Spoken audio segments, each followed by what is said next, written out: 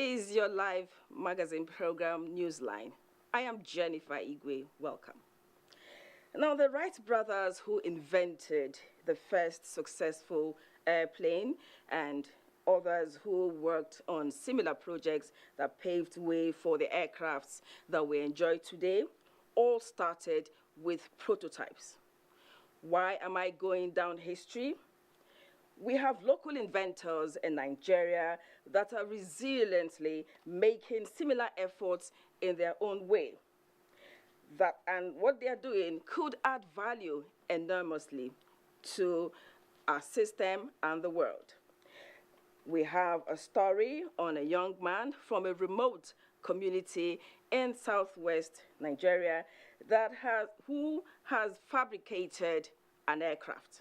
Stay tuned to find out more about him.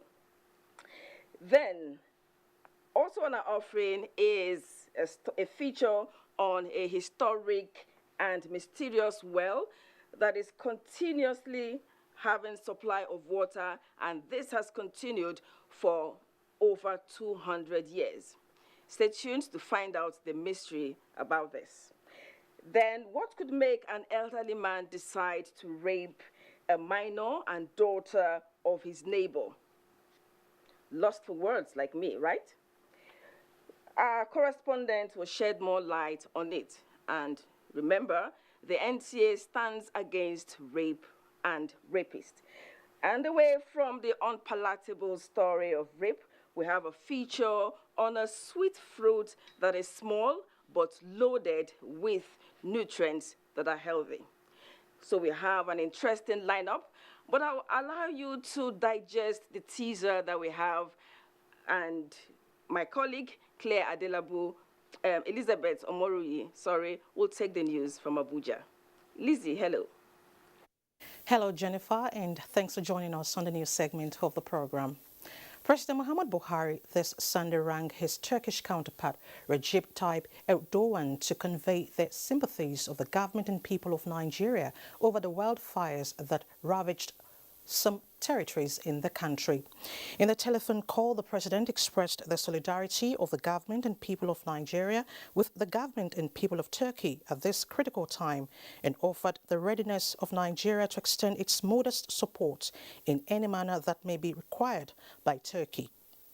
President Buhari extolled the heroic response by Turkish emergency teams and exemplary leadership of President Erdogan in handling the disaster, and assured his Turkish counterpart of Nigeria's commitment to sustain progress in our bilateral relations with Turkey. To religious matters now, authorities in Saudi Arabia have opened doors for additional 2 million pilgrims per month to perform lesser Hajj. A statement by the Ministry of Hajj and Umrah said it has been receiving requests from Muslims around the world for permission to come to the Holy Land for religious activities since reopening its sites in October last year for domestic worshippers after the total lockdown. The ministry also announced that only vaccinated persons will be permitted beginning from August 9. As such, authorized COVID-19 vaccination certificates, along with their Umrah request, will be presented. Meanwhile, prospective pilgrims from countries on the Saudi Arabia entry ban list will have to be quarantined upon arrival. To other matters, farmlands, property and critical national infrastructure were on Saturday destroyed by flood in villages along the Kwali-Abaji-Lokoja highway after a heavy downpour.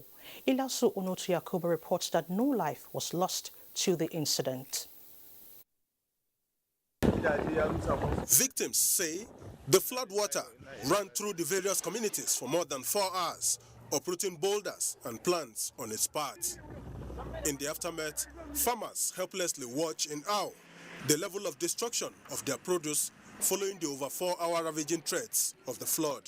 I have farm here. Ado Bega is one of the numerous farm victims who narrated that every produce of the Fadama investors on the path of the flood, which stretched through about 15 kilometers, were washed away with nothing left. People have already planted, finished. Nobody in this area, almost about 15 kilometers, if I'm not made a mistake, they are planted. And the water has already washed everything. Nothing remained there. both banana and everything, all is. The disaster has affected us. We would be glad if government can help us. Scores of households have been rendered homeless with buildings leveled to the ground. Members of the households struggle to salvage what is left of their personal effects from the rubble of their buildings. About 15 hectares of farmland were destroyed. More than 30 houses were destroyed as well. People, you can see them, they are homeless now. We are calling on the governments to come and assist the farmers and these people who lose their houses and properties. I am hopeful that Allah will assist me to rebuild again. Critical infrastructure, such as this newly constructed bridge and high-tension poles, are amongst national assets, giving way as the flood digs through the earth in its rampage. Iliasu Onotu Yakubu, NTA News. More than 70% completion has been achieved on the entire second Niger Bridge project of the federal government. Uchenna Nwekoyo visited the site for an update. It is fast becoming a reality that another corridor across the river Niger will soon be opened for commuters. The 11.9 kilometers of the entire project, comprising of the main bridge, 3 secondary bridges and access roads, have reached advanced stages. We have covered the deck of the bridge, about 2 kilometers out of the 3.2 kilometers of the deck of the bridge. The 3 kilometers at the other side in Delta State has substantially been completed. We are already on the binder course on that section. And you can see here now, we are already, this is the macadam layer of the pavement. Some section where we have passed in front, we have already laid the binder course. So this section too is at higher percentage of completion. Work is progressing. The bridge is on a completion of roughly 80%. We are also on a very advanced level with the earthworks and with the drainage works, and are now within the pavement works. The contractual delivery is in February, March next year. Federal government of Nigeria has been able to provide adequate funding for the project, and this is why you see that there's a lot of activity on site. The project has also created more than 2,000 direct jobs and about 4,000 indirect jobs for the host communities. The second Niger Bridge, when completed, is expected to decongest traffic on the existing bridge. In Onitsha, Uchenna Nwekoyo, NTA News. We do apologize for the loss of audio in some parts of that report. The Katsina Area Command of the Niger Customs Service has strengthened its operations along illegal routes into the country, leading to the interception of smuggled vehicles and other contrabands with duty value of over 60 million naira. Acting controller of the command, Dalha Wada Shedi, who disclosed this while displaying the seized items, said the success was recorded within few weeks of renewed strategies. Shewadam reports. Despite federal government efforts toward rejuvenating the nation's economy through the introduction of ease of doing business and trade facilitation policies, criminal elements within the society still engage in economic sabotage.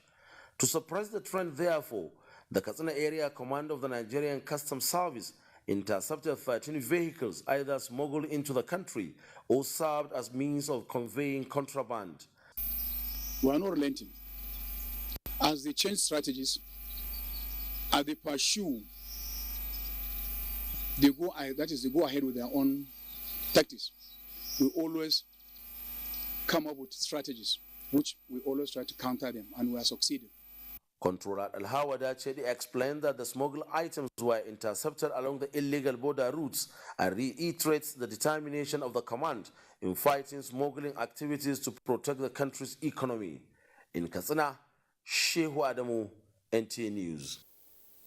The National Drug Law Enforcement Agency has seized a total of 8,268.2 kilograms of assorted illicit drugs, including cocaine, heroin, tramadol, and skunk, among others, in a week-long coordinated raids across 7 states, which began from 1st of August 2021. A statement by the Director Media and Advocacy of the agency, Femi Babayemi, says the raids in Ondo, Akwa Ibom, Adamawa, Enugu, Bauchi, Edo and Anambra states led to the arrest of 15 drug dealers, including a woman on a wheelchair. The raid also led to the arrest of a 26-year-old with 1.2031 kilograms crack cocaine, making it the biggest cocaine seizure in the history of Akwa Ibom. Meanwhile, different quantities of tramadol and skunk going to the UK, Australia, New Zealand and UAE were also intercepted. Minister of Defense Bashir Magashi says the threat in Nigeria's maritime domain is surmountable with collective efforts from stakeholders that will translate to economic prosperity for all. Kingsley Amaji reports that Vice Admiral Awal Gambo is optimistic that a 2021 to 2030 interagency collaboration in the sector is yielding positive results. The minister, represented by a permanent secretary in the ministry, Estefanus Musa, spoke at the unveiling of gunboats, houseboats, high-tech interceptor cameras and surveillance drones donated to the Nigerian Navy by a private firm in Port Harcourt. The minister also tasked the Nigerian Navy to effectively deploy these military hardware to create better economic atmosphere for all stakeholders in the industry. I'm therefore pleased to note that the platforms being donated today will further boost the Navy's maritime security efforts. This time we talk about giving credible support to the armed forces and security agencies. This is precisely what we're talking about. Chief of Naval Staff, Vice Admiral Gambo, was delighted with the bold initiative spearheaded by a private organization to complement efforts of Nigerian security forces at containing activities of oil thieves and pirates. The desire to safeguard the vast expanse of the nation's maritime domain from all forms of threats for socio-economic activities to thrive prompted the Nigerian Navy to collaborate with critical maritime stakeholders. Rivers State Governor Nyesom Wike, represented by the Secretary to the State Government, Tami Tanagogo, called for enhanced security of national assets and protection of interests of operators in the industry. In Port Harcourt, Kingsley Amajiri, NTA News. And the Nigerian Air Force says one of its Alpha jets on reconnaissance mission under Operation Adarindaji has foiled an attempt by suspected bandits to kidnap 16 persons. A statement by NAV Director, Public Relations and Information, Air Commodore Edward Gapquet says the incident occurred between Magami and Tofa in Zamfara State, where the NAV Alpha jet sighted suspected bandits on 5 motorcycles who had blocked Magaji-Gusau Road in an attempt to kidnap commuters. On sighting the Alpha jet, the bandits are said to have abandoned their motorcycles and fled into the bush, while the commuters ran back to their vehicles with their aircraft, providing close cover to ensure safety of both passengers and other citizens. Anyone with useful information about the bandits is encouraged to reach out to relevant authorities. The Nigerian police force has arrested 6 girls and a boy between ages of 17 and 20 in Benin City, scheduled to be trafficked to Libya, Tunisia and Abuja, lured with promises of lucrative jobs on arrival. Ivy Oyahiri reports. Young ones went for a birthday bash in Benin when someone solicited if they would be willing to go abroad to work. They all accepted the offer. This decision, majority of them made without their parents' consent. Immediately, arrangement was made and they were conveyed to a house where they were kept for days, and occasionally someone provided them with provisions. The same person allegedly perfected arrangements for transfer to the countries they would visit. The secondary school girls drawn from Edo and Delta were given hijabs as a way to disguise. It's in Abuja. They want to killing now. Nurse and Asge. Now, cause okay, now Asge me what do. because no problem. Call me they come break. Call me go meet his sister. Call show me his sister. Sister call say okay no problem. Me want trouble. So call me go all these guests for hotel for the stay. There was a breach in communication between those in the camp and their facilitators, and according to them, they decided to opt out from the planned trip, and they were then intercepted by the police. For the only boy in the midst of these girls, he was told that his final destination is Libya by his sister's friend, who is still on the run. The state's police boss has stated that these young ones will be handed over to the National Agency for the Prohibition of Trafficking in Persons, NAPTIP, immediately, as it is a clear case of human trafficking. Conveying 6 girls, and they are mostly minors, being trafficked by one Geoffrey. The Nigerian police have assured the public that more investigation will be carried out to bring all the culprits to book. In Benin, Ivie Oyakiri, NTA News. The Buhari Media Organization BMO has commended men, officers and commanders of the Nigerian Armed Forces for their intensified and sustained aerial bombardments of terrorist camps and hideouts.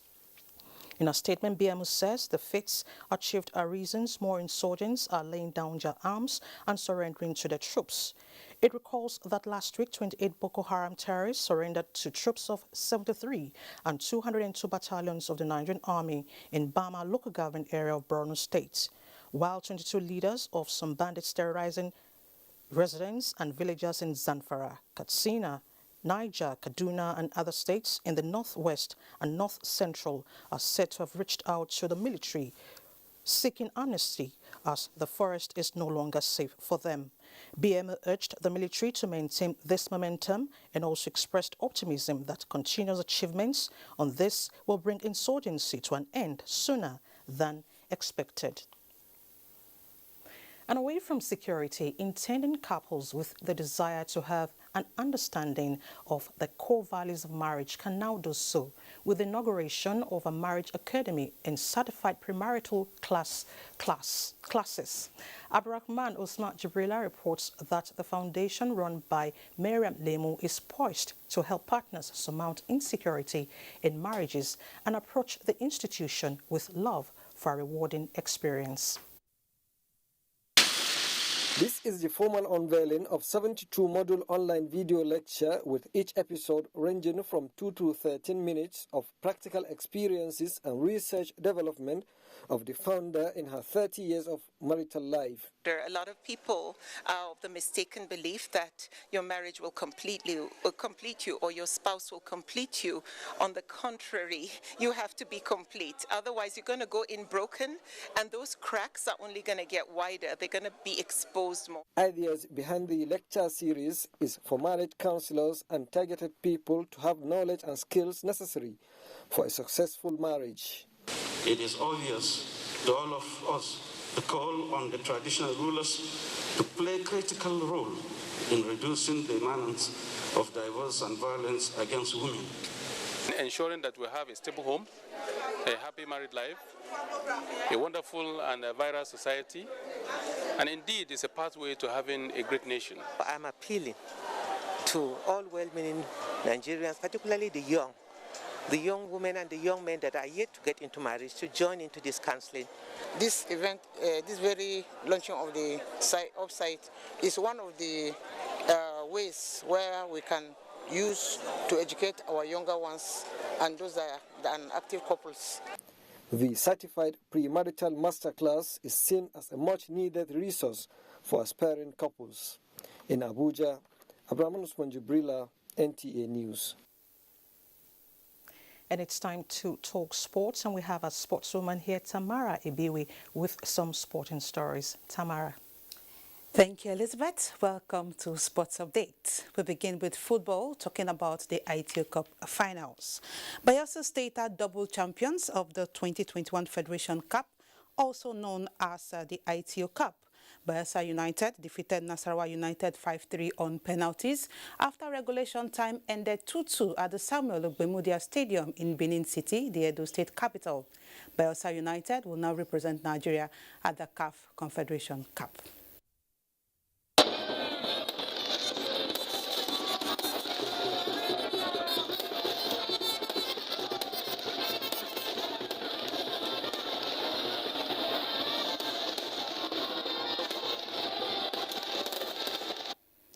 In the women's final, Bayelsa Queens defeated Lagos-based FC Robo Queens 4-2 to emerge champions for the first time in the club's history.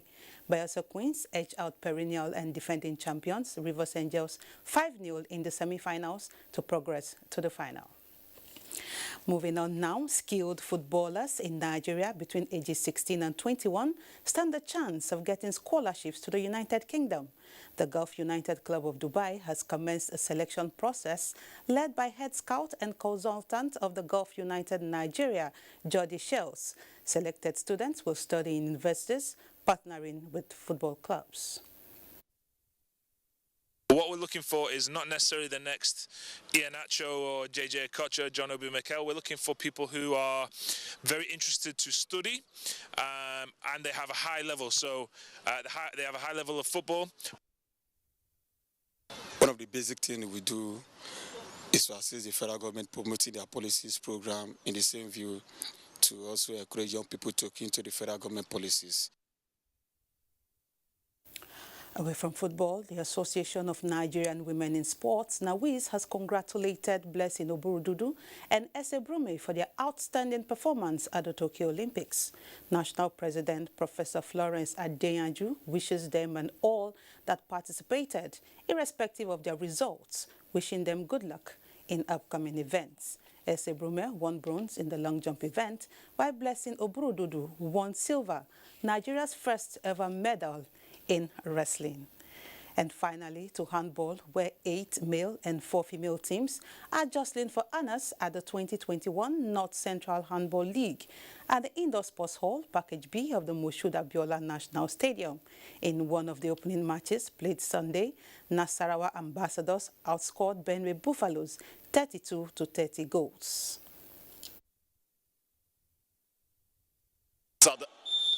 And now the Ambassadors, let's see, can we get a fast break? A quick release there from Nganga, who sets in. Brilliant goal there for Benue Buffaloes. Shaul Joshua getting a brilliant goal, sporting jersey number 10 for the Buffaloes. We're trying to bring the North Central together so that when they play like this, we bring out the stars from them. As they go for the national championship, you see, last year we won the male and female Prudent Energy because we had this championship. Road safety. And that's Sports Update. Elizabeth, back to you. Thank you so much. President Muhammad Buhari sends heartfelt condolence to the Christendom, especially members of the Foursquare Gospel Church, over the passing of their former General Overseer, Reverend Wilson Badijo, at 74. The President describes the departed as a dedicated servant of God who was committed to standing in the gap for not just his organization, but Nigeria as a whole. He prays that God will comfort the entire Badijo family, urging them to take solace in the fact that their father set a standard to be emulated by all and sundry. Also, President Muhammad Buhari commiserates with the family, friends and associates of Captain Idausa Okumbo, Chairman Ocean Marine Solutions Limited, over the demise of the renowned businessman and philanthropist at 63. The President notes that the late Okumbo, with investments across the petroleum, telecommunications, maritime and parts sectors, contributed immensely to the development of the Nigerian economy, providing sustenance to many families in the process. He prays for the repose of the soul of the deceased, urging those left to mourn him, particularly the people of Edo State, to whom he devoted time and resources to sustain his legacies of well-spiritedness and large-heartedness. And that ends the news segment of the program. Don't forget to connect with us at the NTA. Do stand against rape and rapists. More stories with Jennifer. Stay with us. Are you ready for this? Let me hear you, AJ. Give me some bass.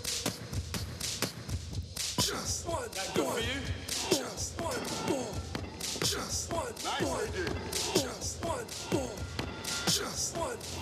Bring it out. Just one more. Just one more. Double it. Just one more. Just one more.